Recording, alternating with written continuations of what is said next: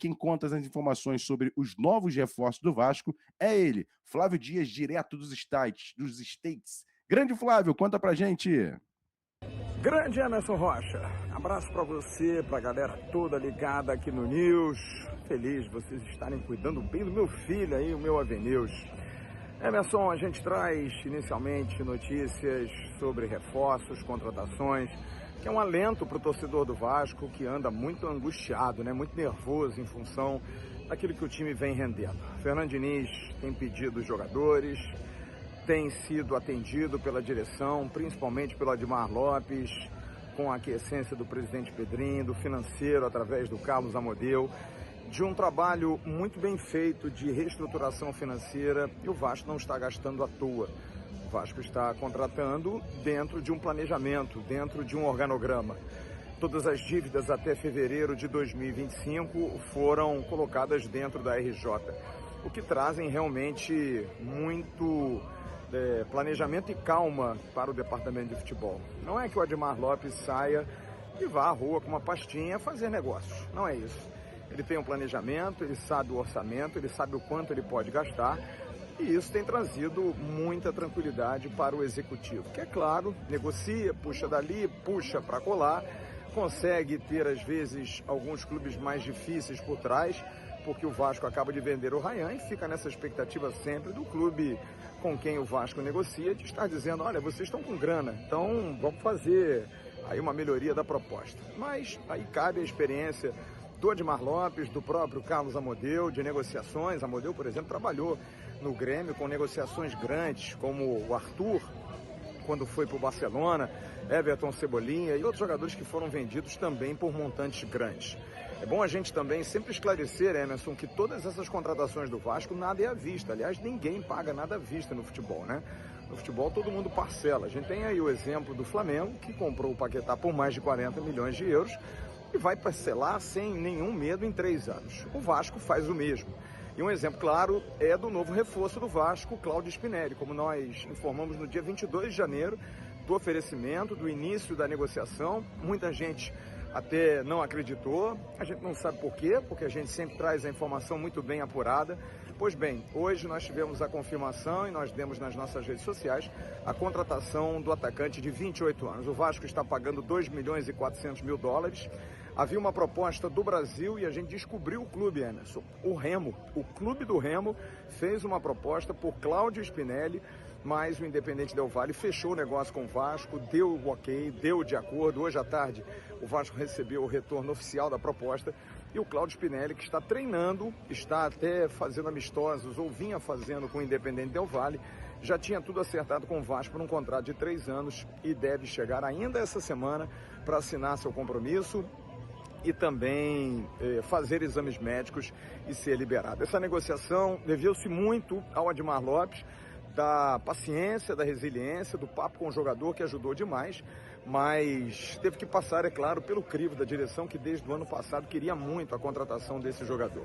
Uma outra situação também que foi muito importante foi a necessidade, né? O Vasco perdeu o Ryan e perdeu o Verratti, mais de 50% dos gols da temporada de 2025, e precisava recompor. Traz o Brenner, que é um jogador que faz gols, mas não é um artilheiraço, e traz o Cláudio Spinelli, que é o 4º argentino no mundo a fazer mais gols na temporada passada. Perdeu somente para Lionel Messi, Lautaro Martinez e Julián Álvares. E ele ficou, inclusive, à frente do Pablo Verratti. Essa contratação está fechada.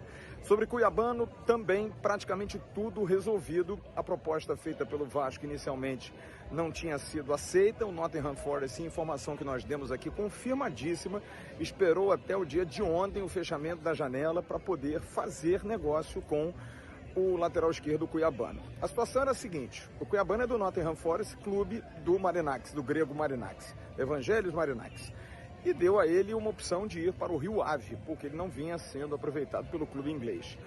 Era o Rio Ave, não era o Olympiacos, que é o melhor de todos os três. O Nottingham Forest também não está num grande momento, mas a outra opção seria voltar ao Brasil. O Botafogo seria uma boa opção, mas o Botafogo não pode contratar porque está em transfer ban. O que fez então o Cuiabano e seu staff? Aceitou a proposta do Vasco, topou o projeto.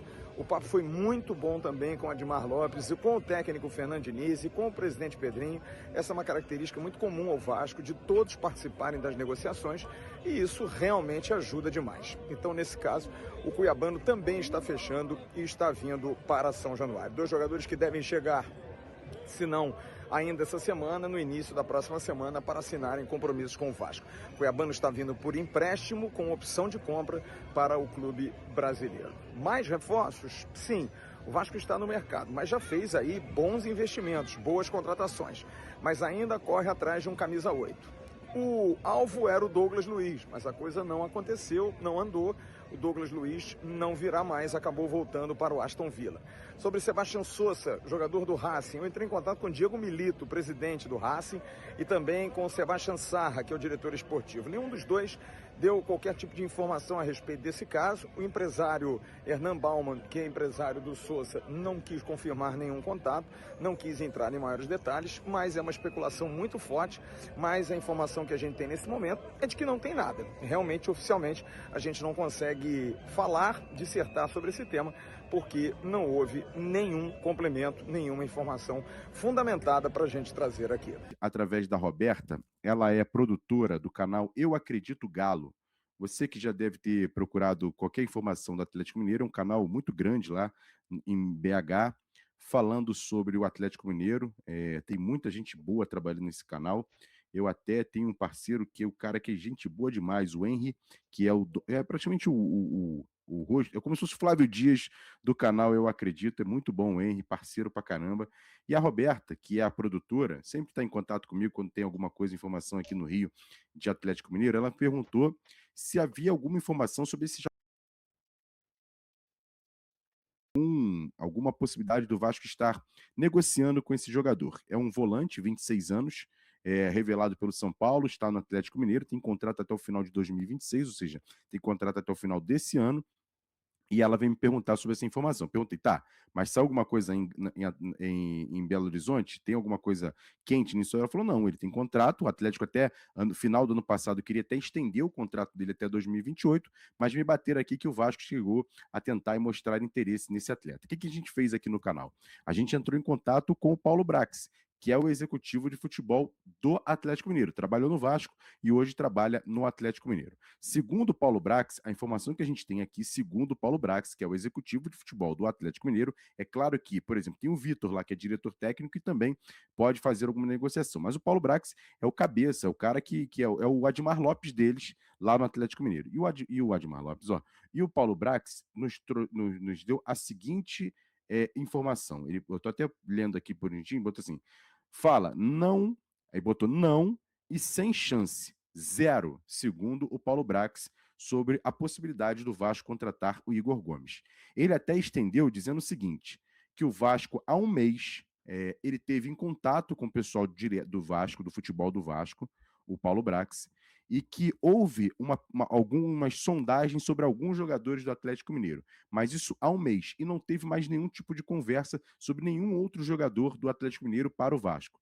O nome do Igor Gomes também rolou nesse bate-papo. Há um mês, lá no comecinho do ano, o Vasco chegou a conversar com o Paulo Brax sobre alguns jogadores do Atlético, mas depois daquela. Foi só uma primeira conversa, foi só ali uma situação de momento, e depois não evoluiu em nenhum outro nome. Além do Igor Gomes, outros jogadores foram também cogitados, mas o próprio Paulo Brax nos respondeu à apuração aqui do canal Atenção Vascaínos, que não tem nada, por enquanto, em relação a essa questão do Igor Gomes, segundo o Paulo Brax.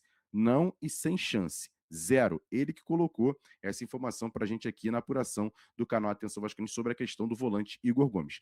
Teve um contato há um mês, o Vasco e o Paulo Brax conversaram, o Vasco com interesse em alguns nomes do Atlético Mineiro, mas não evoluiu em nada nenhum dos outros nomes, nem o próprio Igor Gomes, segundo o próprio Paulo Brax, que é o executivo de futebol do Atlético Mineiro. Bom, Emerson e amigos, para a gente encerrar a nossa participação aqui no News, notícias rápidas, importantes do Vasco. Confirmando, o Vasco recebeu uma sondagem pelo lateral esquerdo Lucas Piton, mas nada que empolgasse. Por isso, Lucas Piton permanece. Eu sei que o torcedor do Vasco não fica muito feliz com essa informação. Piton está num momento difícil, em baixa com o clube, mas o Lucas Piton não vai ser vendido, pelo menos nesse instante.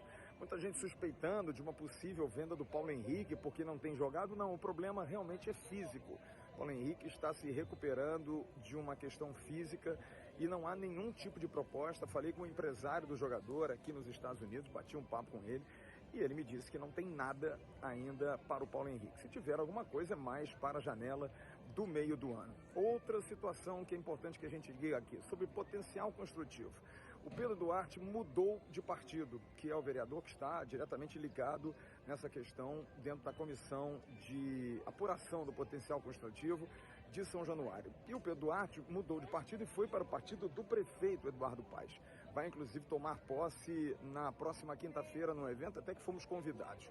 E o Pedro Duarte é a pessoa que está diretamente ligada nessa cobrança, né?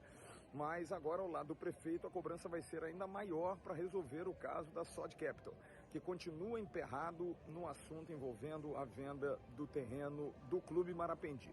Se conseguir a venda, pode ser que aconteça, mas a cobrança está sendo feita para que isso resolva, ou então a Sod Capital largue esse projeto e abra, porque existem outras empresas ou até mais empresas que possam comprar. É claro, 85% foi a proposta inicial da Sod Capital, mas que outras empresas possam dividir esse bolo.